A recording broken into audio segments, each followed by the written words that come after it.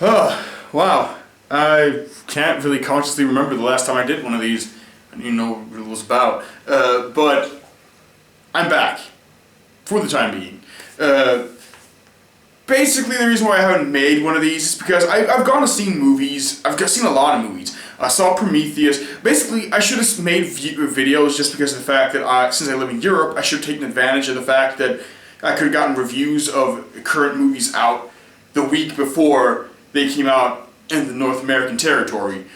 But it just didn't happen that way, because I guess it was because I didn't really feel strongly enough about any of the movies I saw.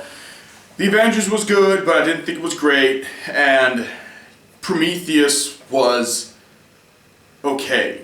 I didn't really like Prometheus all that much, to be honest, and the way it ended up with that movie was I went to see it twice in 24 hours. So, see, my friends had a screening planned, but I'm sort of paranoid about wanting to get I want to get the ideal placement where I feel comfortable. Also, I've gotten to the point where I kind of like seeing movies by myself. It creates, a different amount, not expectations, but you get a different kind of focus.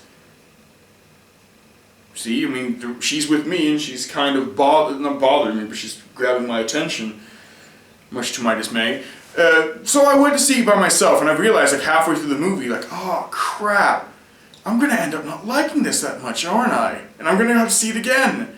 And I knew that the second viewing would end up with not an argument, but a very a discussion where, of course, I would come out as the ignorant film snob for not knowing every single detail of the alien mythology and thinking that the plot holes and the questions the movie asked were more than the questions it answered. But we're not going to talk about Prometheus. I don't want to talk about Prometheus, except maybe that Charlize Theron was underused and Idris Elba did a lot with nothing in that movie. No. As I said, none of the movies really gave me that much to work with. I didn't really feel like I didn't feel like making a video about it. So I didn't. But it has come for me to make a video about something that I've been actually casually looking for, cautiously looking forward to for the last couple of months. And that is the new collaboration between Suda 51, I think his real name is Goichi Suda, and filmmaker James Gunn, who wrote the Dawn of the Dead remake and directed a lot of other movies that I don't really care about, or can't name off the top of my head. The game I'm talking about is Lollipop Chainsaw.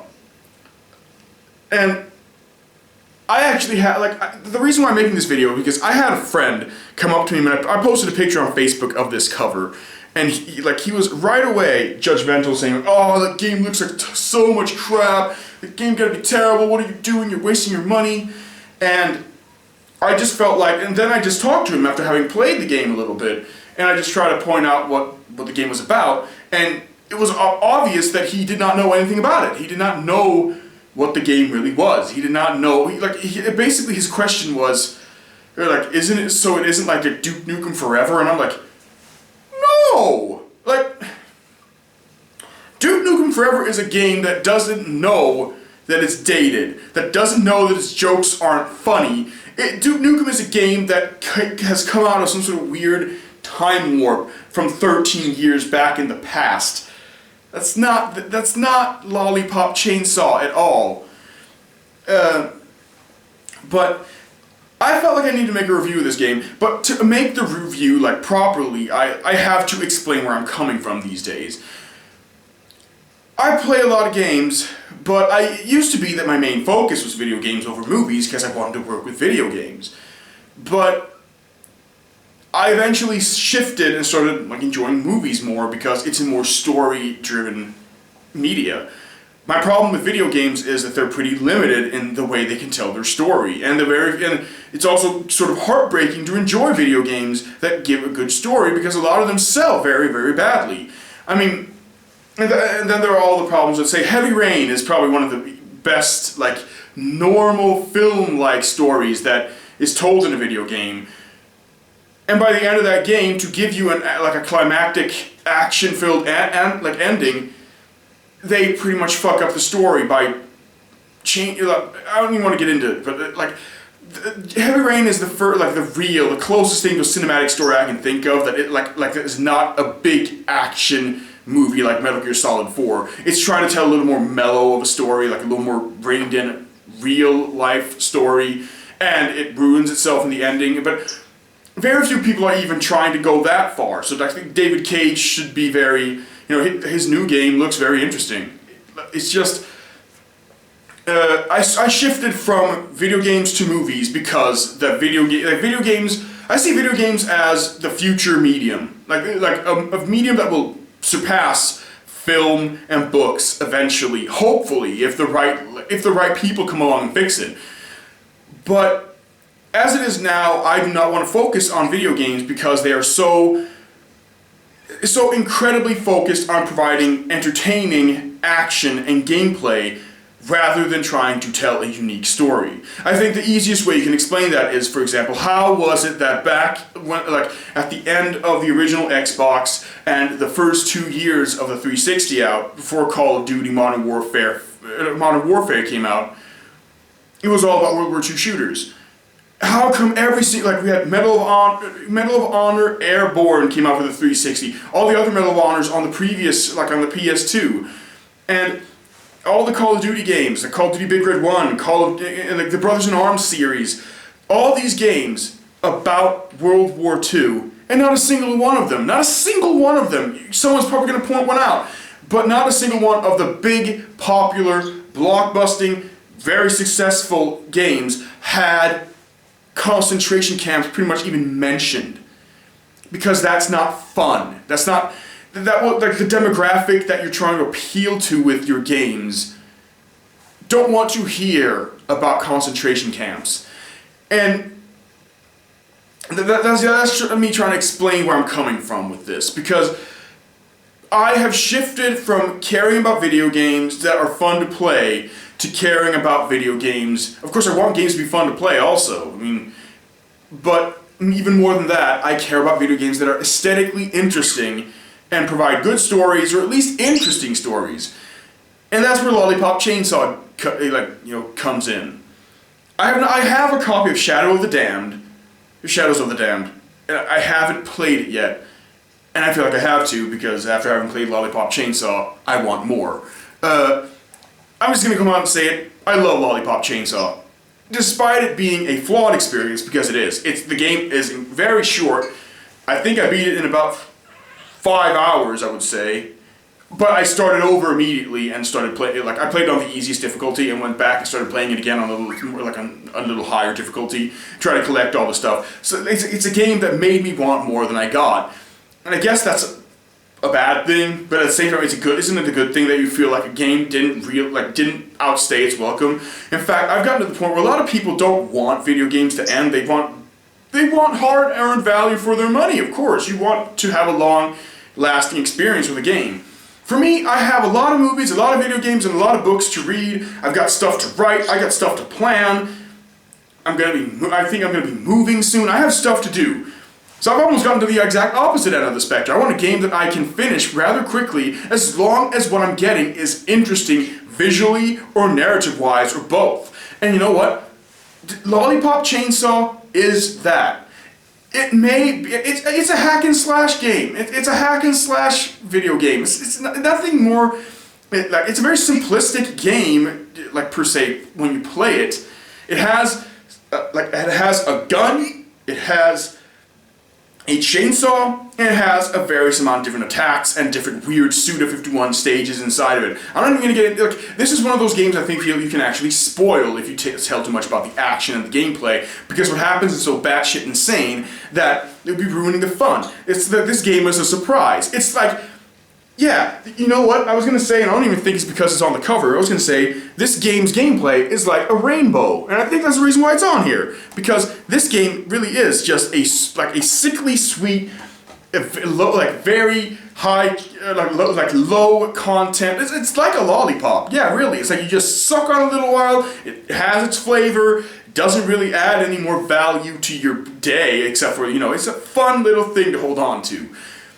And I love it. The game is about Juliet Starling, I think she's a senior year cheerleader And they're celebrating her birthday, and it's her birthday, and zombies all of a sudden break, like the zombie outbreak rings through the town of San Romero, and she has to put a stop to it. And it turns out she's a zombie hunter.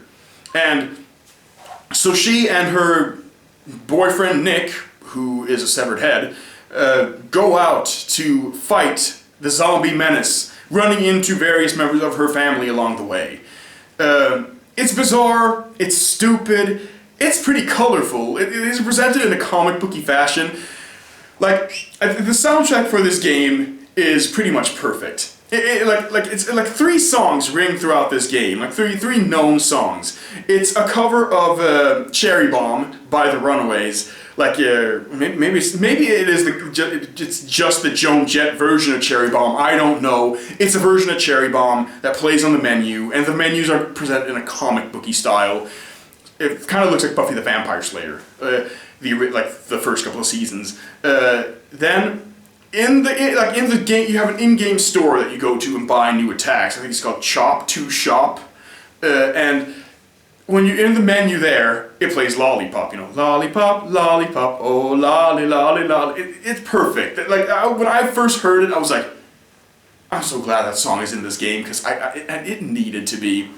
And then the last song is like, you have this uber cool, like, you have, I think it's called rainbow, like it's sparkle hunting, when you push a button, so you have a rainbow gauge, and you start sparkling in all the colors of the rainbow, and then Tony Basil's Mickey starts playing over that. And so it's like, all these stupid cheerleading songs that this game, like, is sort of, like, not paying homage to, but stuff that is pop culturally important when it comes to lollipops and cheerleaders is in this game.